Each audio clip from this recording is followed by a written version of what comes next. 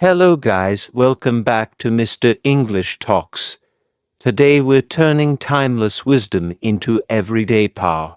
The topic is 10 psychological lessons from the Bhagavad Gita. The Gita is not just a holy book.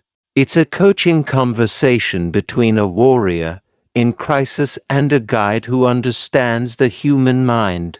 Arjuna is confused, afraid, and stuck just like we feel before exams and career choices, during family fights, or when life hits hard. Krishna doesn't give him magic. He gives him tools, how to see clearly, act wisely, calm the mind, and serve something bigger than ego. I'll keep the English simple, the stories real, and the steps practical so you can use them today. Lesson 1 is see your battlefield clearly. Arjuna freezes because the battlefield feels like a blur: duty, fear, family, reputation, all mixed. The first psychological move is to separate the pieces. When you feel overwhelmed, write 3 lines. What is happening? What matters most? What is my next small duty? A student named Mira used this before her finals. She wrote, "What is happening?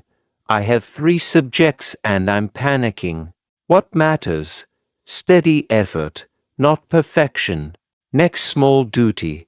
Solve 5 questions from chapter 1.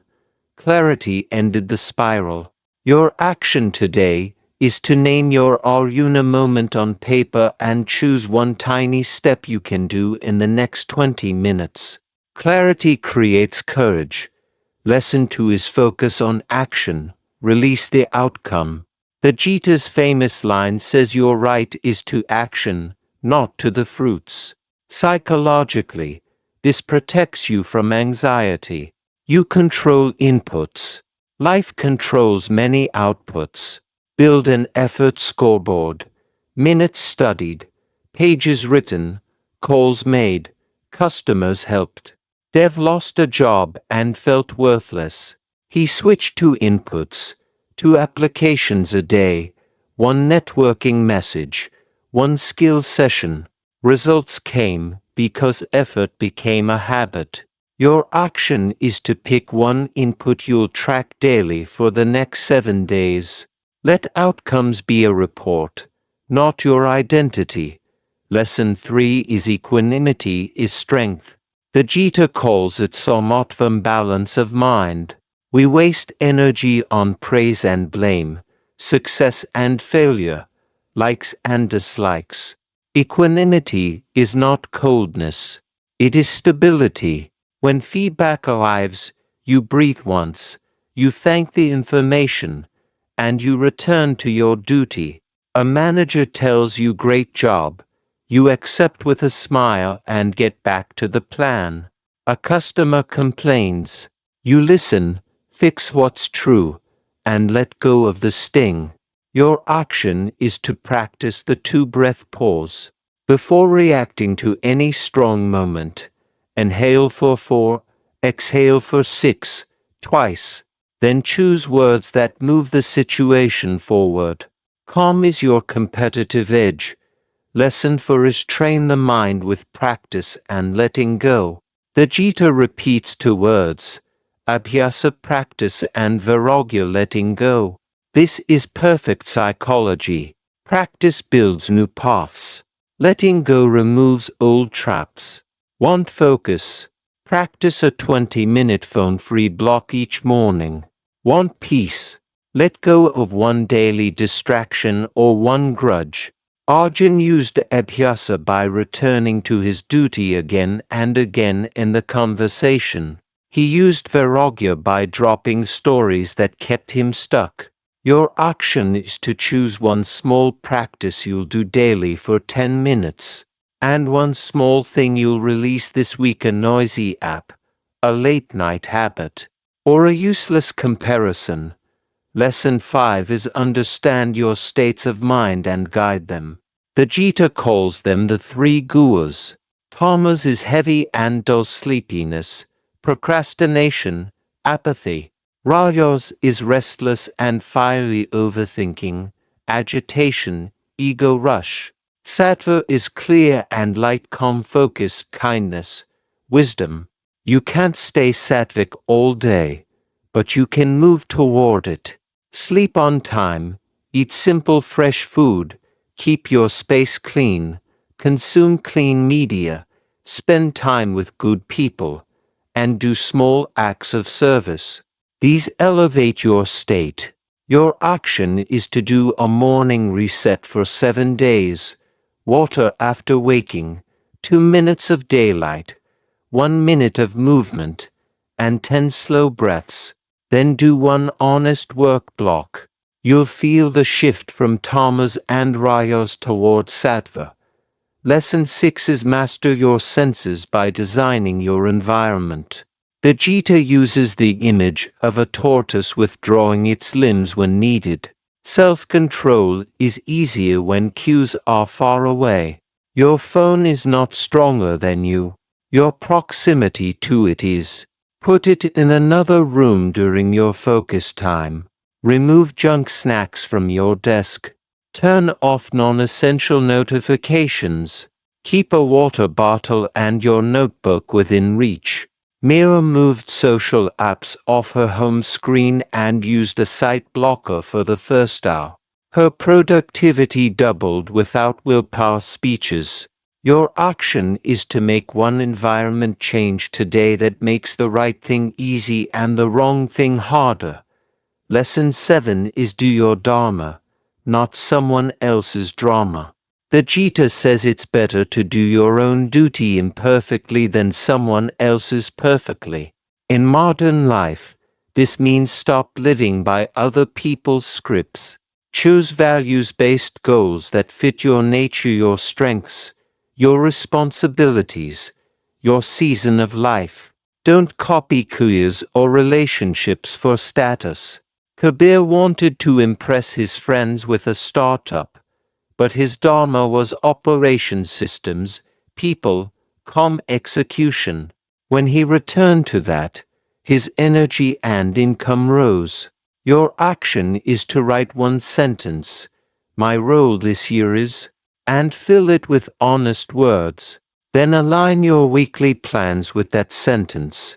Lesson 8 is lead by serving the whole. Krishna urges Arjuna to act for Lokasagraha, the welfare and order of the world. Psychologically, service reduces narcissism and stabilizes the ego.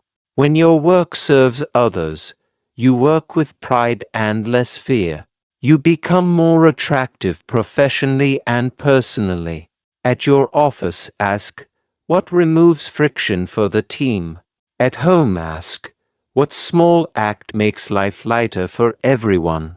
Your action is to do 1 helpful act this week without announcing it. Create a clean checklist, fix a process, teach a teammate 1 useful thing, or help a neighbor. Service is strength. Lesson 9 is become the witness of your thoughts. The Gita invites Arjuna to see himself beyond the storm of impulses, the Sakshi or observer within. In modern terms, thoughts are weather. You are the sky. When anger rises, say, I'm noticing angry thoughts, rather than I am anger. This space lets you choose. Priya used this before tough calls. She wrote, noticing fear, noticing the story, they'll reject me. Then she asked, what small step helps? And dialed anyway. Your action is to use the sentence, I'm having the thought that. Once today when your mind spins, watch how it softens the grip. Lesson 10 is balance is the path. The Gita says yoga is skill in action and life in balance. Eat too much or too little, sleep too much or too little, work too hard or too little, everything breaks.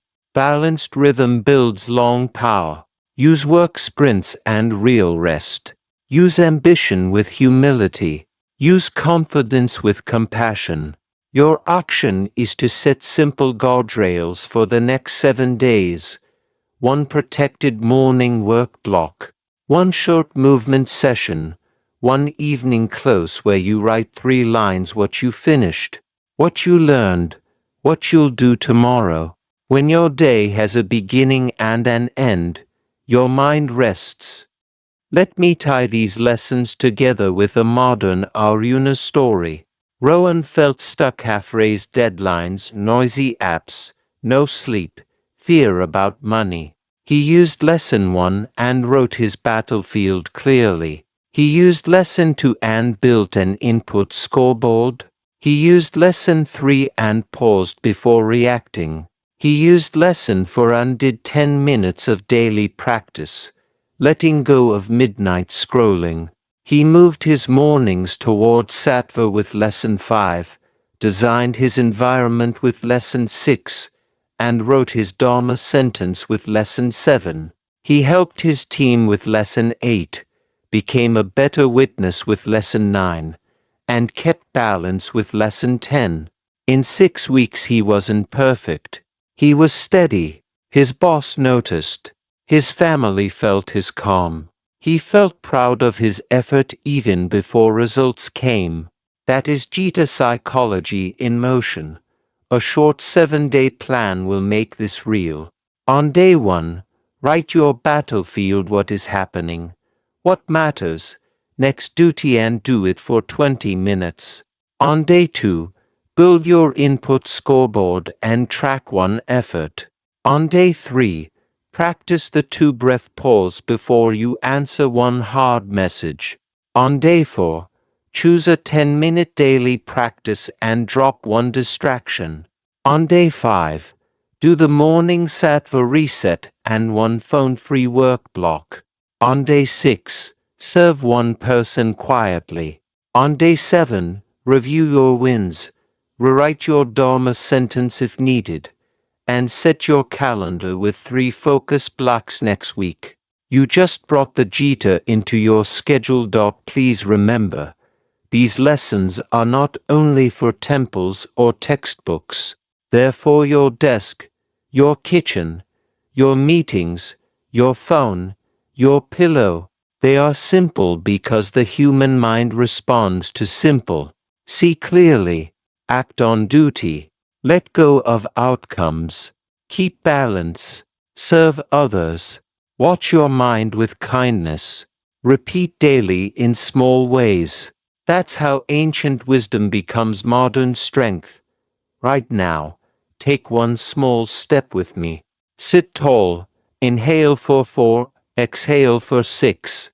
Write 1 sentence, today my duty. Fill it with something you can finish in 20 minutes. Put your phone in another room, set a timer, and begin. When you finish, whisper, proof. That proof is the fruit you actually control. Thank you for spending your time with me at Mr. English Talks. If these 10 lessons from the Bhagavad Gita helped you see your mind and your day more clearly, share this with a friend who needs calm power. And if you like this video, don't forget to subscribe to this channel.